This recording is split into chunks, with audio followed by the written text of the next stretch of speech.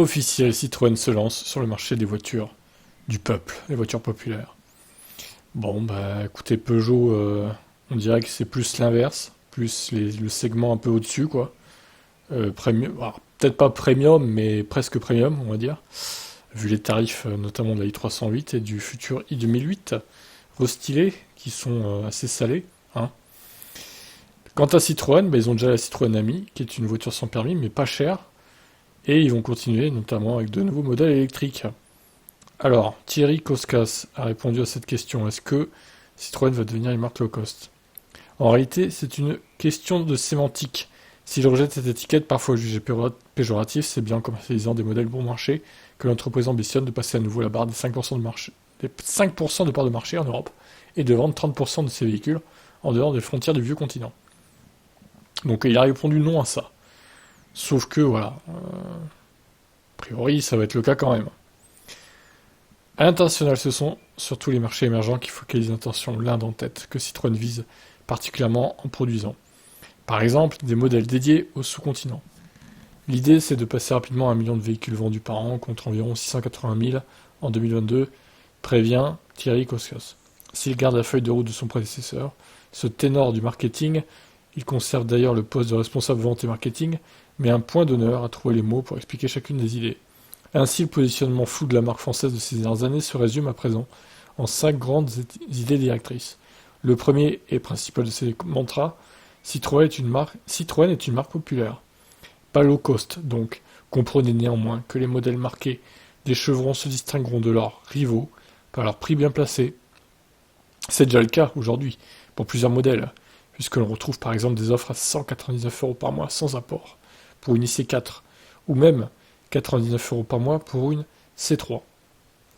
Ouais, alors pour l'IC4, 199 € par mois, c'est vrai que c'est pas mal, hein. C'est mieux qu'une vieillissante Leaf 2 pour le coup. Donc là, oui, ok, c'est un tarif assez acceptable, on va dire. Mais Thierry Koskas veut aller plus loin en baissant encore davantage les tarifs pour toutes ces voitures. Pour y parvenir, la gamme va être rationalisée dès cet été. Le client aura donc moins de choix, avec un maximum de 3 versions par modèle et guère plus de 5 options à choisir au moment de passer commande, en limitant ainsi les possibilités de personnalisation. Citroën entend négocier auprès de ses fournisseurs de pièces identiques et en plus grande quantité pour réduire les coûts et répercuter les économies sur la facture. C'est pas idiot. Bien sûr, la gamme Citroën va évoluer, la disparition d'autres, avec des nouveaux modèles. Ainsi, début 2024, la future IC3 sera proposée à moins de 25 000 € hors bonus. Ce petit SUV, qui partagera sa plateforme avec son homologue indien, sans en reprendre le moindre élément de carrosserie, devrait avoisiner les 4 mètres de long et parcourir 300 km sur une charge. Alors, qu'est-ce qu'ils vont nous coller comme batterie là 300 km, une petite 40 kWh, hein, peut-être peut-être 45. Bah, disons qu'ils arrivent à homologuer avec 50, 400 km, donc plutôt 40 du coup. On va voir, on verra bien. Le reste de la gamme évoluera progressivement pour ne proposer à terme que des véhicules à vocation populaire. Quid de la C5X par exemple, ou encore de la C5 Aircross qui jouissent toutes les deux des raffinements de leurs concurrents généralistes. Pas question de retomber dans les travers des marques qui n'ont jamais réussi à retrouver un positionnement clair comme Seat. Thierry Koskas l'assure, dans 2 ans, la gamme aura une homogénéité qui fait qu'on reconnaîtra une Citroën à 500 mètres. Carrément, quoi. Citroën n'oublie pas également les fondamentaux en promettant de conserver des valeurs fortes comme le confort.